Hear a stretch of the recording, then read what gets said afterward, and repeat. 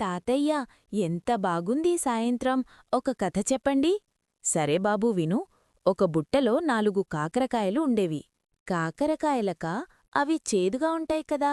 అవును బాబూ, అందుకే మొదటి కాకరకాయ బాధపడుతూ, నా రుచి చాలా చేదుగా ఉంది, నన్నెవరూ తినరు అంది. రెండోది కూడా, మనల్ని ఎవరూ ఇష్టపడరు, మనం పనికిరావం అని అనుకుంది. మూడోది, మనవల్ల ఎవరికీ ఉపయోగం లేదు అని చెప్పింది. మరి నాల్గోదేమంది తాతయ్యా?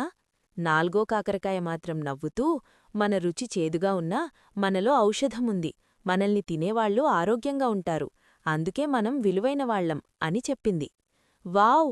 అంటే చేదు కూడా మంచిదేనా? అవును బాబూ, బయటకు చేదుగా కనిపించినా లోపల మంచి ప్రయోజనముంటుంది. ప్రతి ఒక్కరికీ ఒక ప్రత్యేకత ఉంటుంది, ఎవర్నీ తక్కువగా అంచనా వేయకూడదు.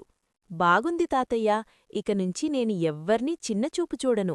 నీతి: ప్రతి ఒక్కరికీ ఒక ప్రత్యేకత ఉంటుంది, బయటకు చేదుగా కనిపించినా లోపల మంచి ప్రయోజనముంటుంది, ఎవరినీ తక్కువగా అంచనా వేయకూడదు.